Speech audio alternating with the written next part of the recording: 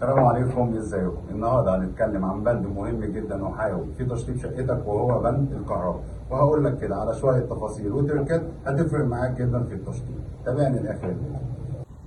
عندي زي ما انتم شايفين كده، احنا بنعمل حصر اهو للبضاعه بتاعتنا، برضه بنعرضها عليكم. عندنا الخواتيم اهي زي ما انتم شايفينها، دي الخواتيم ال 23 اللي هي بتمشي في الارضيات لما يبقى عندي تمديد في الارضيات.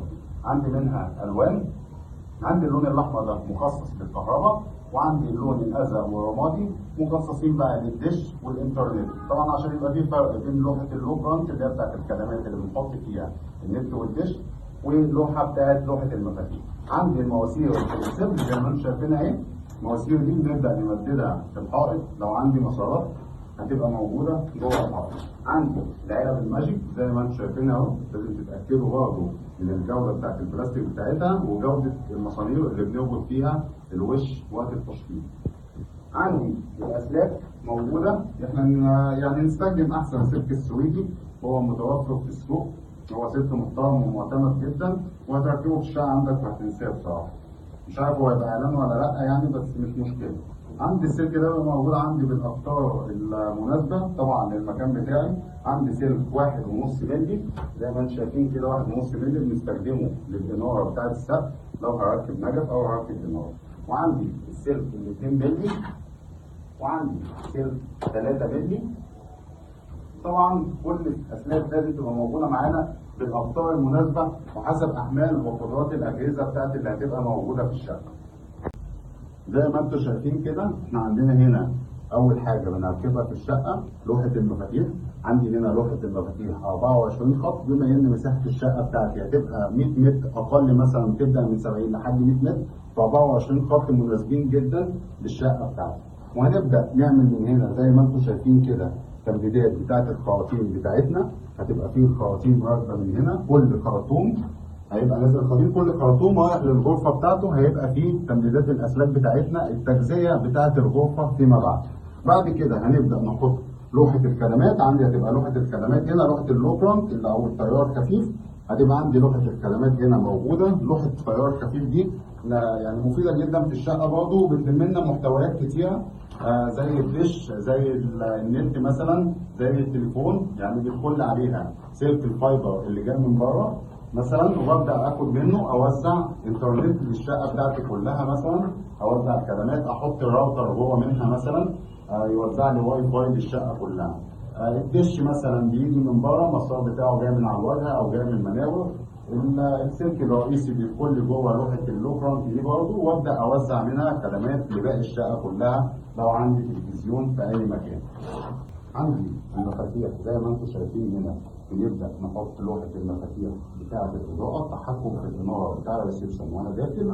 وعندي بتتحط مثلا هنقولها على 120 سم، في ناس بتحطها على 110 سم، مفيش مشكله، يبقى 110 سم او 120 من منسوب التشطيب من الارضيه.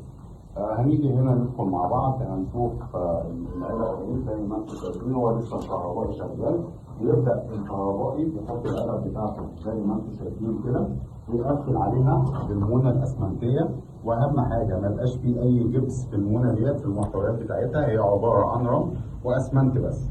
وعندي لوحه، عندي هنا علبه كمان للتكييف، وادي المسارات بتاعتها تبدا تتمدد زي ما انتم شايفين. اهم حاجه تحت عندي في المسارات دي هي الكيرف اللي انتم شايفينه، زي ما انتم شايفين كده يمين وشمال، بحيث ان يبقى فيه مرونه في مسار الخراطيم، ما يبقاش يجي الخرطوم بعد كده يعمل لي كوربه في المكان بتاعه، واجي بعد كده ما اقدرش اسحب سلك او يعمل لي اي مشاكل بعد كده اقدر اتغاضى عنها. فاخد بالي شويه كويس جدا من النزلات دي زي ما انتم شايفينها هنا، اخد بالي منها كويس جدا ان هي تبقى ماشيه بمسارات جنب الحيطه كده في زوايا. نبدا بعد كده ندخل الطرقه زي ما انتم شايفين كده. عندي هنا برضه هيبقى فيه لوحه تحكم، عده تحكم في الاناره في الطرقه. عندي هنا الحمام، عندنا الحمام كده اهو زي ما احنا شايفين اهو، دخلنا الحمام.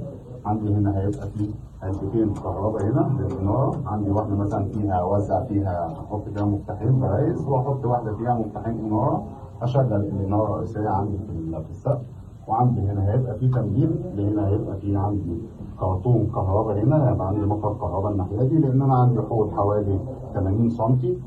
هيبقى فيه مخرج كهرباء، فهوصله على 40 سم واطلع مخرج الكهرباء بحيث ان هو يخدم المرايه بتاعتي لو فيها ليد او كده. عندي الجزء ده هيبقى فيه كابن شاور، في الجزء في الحته ديت عندي الحمام هيبقى موجود الناحيه دي، وعندي هنا هيبقى فيه السخان هيبقى محطوط هنا، هنعمل له برضه علبه الخدمات بتاعت الكهرباء بتاعته تكون قريبه منه، بحيث ان سخان الغاز برضه دلوقتي حاليا ما بقاش يشتغل على حجاره زي الاول، بقى يشتغل على ترانس او ادابتور. وعندي الكهرباء برضه احتاج لسخان الكهرباء، هنا مخرج كهرباء.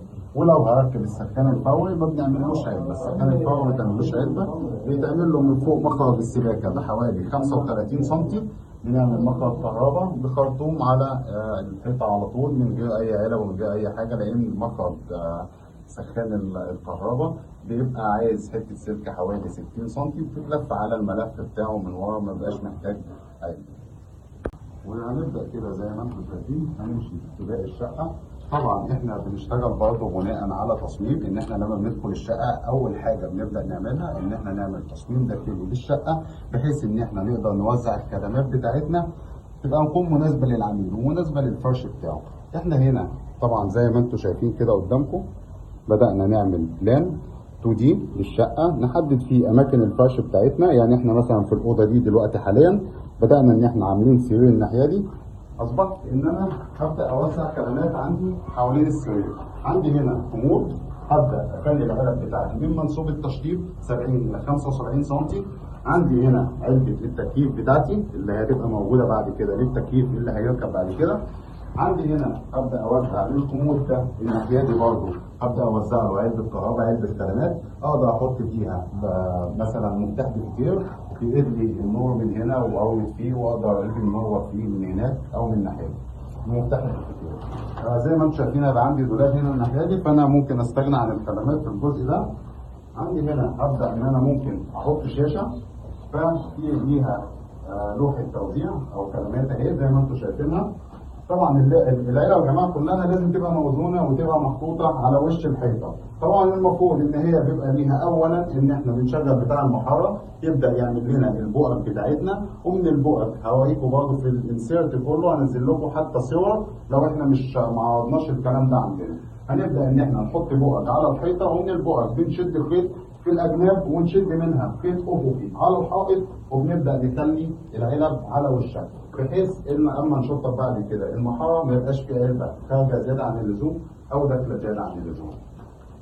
طبعا عندي هنا الاضاءه عندي في السقف زي ما انتم شايفين كده بنمدد 3 اسلاك للسقف، بحيث ان احنا لو هنحط نجفه 3 خط او 2 خط تشتغل على مفتاحين يبقى عندي 3 سلكات زي ما انتم ماشيين كده زي ما انتم شايفينها كده. هيبقى عندي سلك ارضي مع 2 سلك كهرباء. هنيجي هنا كده ادي عندنا اهو اللوح هي عاليه هنا شويه، تبقى على المنسوب زي ما انتم شايفينه كده منسوب من تحت من الارض 65 سم او 70 سم، وعندي هنا المنسوب على 120 سم. هنا اقدر اتحكم، هنا طبعا هيبقى في عندي جبسن بورد، فابدا ان انا اعمل له مخارج لو انا هعمل بيت نور او كده، فابدا اعمل له مخارج الكهرباء بتاعته عشان تبقى كل الخدمات عندي متاحه في الاوضه. تعالوا كده معانا تاني. عندي هنا غرفة أطفال، عندي هنا بدأت أنزلها برضه الخدمات بتاعتها حوالين السرير، لأن هيبقى عندي سرير هنا 120 وسرير 120 هنا، وعندي مكتب صغير في النص، فهبدأ إن أنا أحط خدمات ليه، خدمات إنترنت، أحط خدمات كهرباء مثلا، أي حاجة إحنا عايزينها. عندي هنا برضه بوزع لوحة خدمات زي ما أنتم شايفينها هناك كده، علبة مفاتيح هناك أهي في الجزء ده.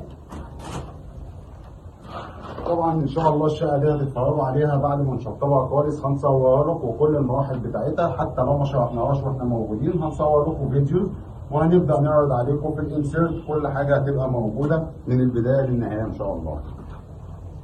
هنا يعني يا جماعه عندنا العميل بس حب ان هو يلم في التكلفه شويه، فما قدرناش ان احنا نعمل لوحه اللوكرانت او اللي هي التيار الخفيف.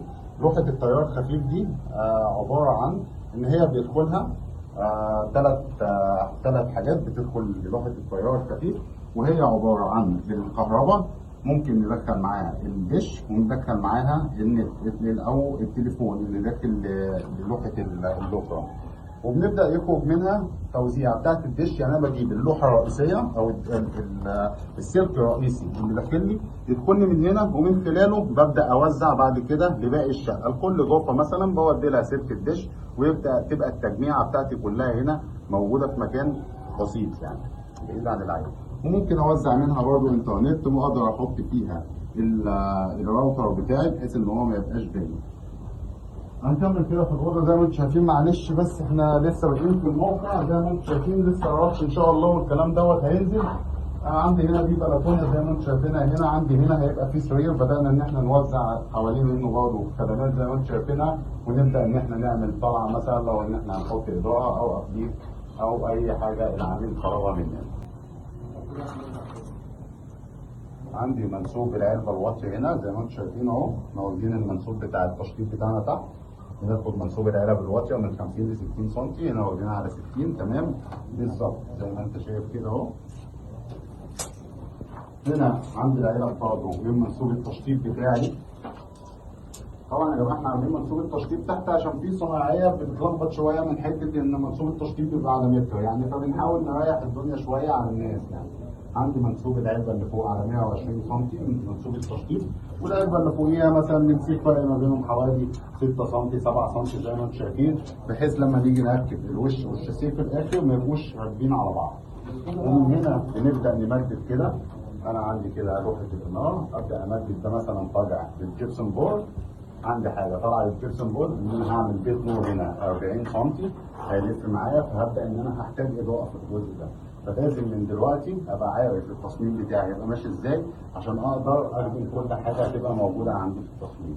لو مش عندي هنا الجبسون بورد هيبقى موجود، فانا عندي هنا الاضاءه الرئيسيه هتبقى موجوده في النص، مفيش اي مشاكل.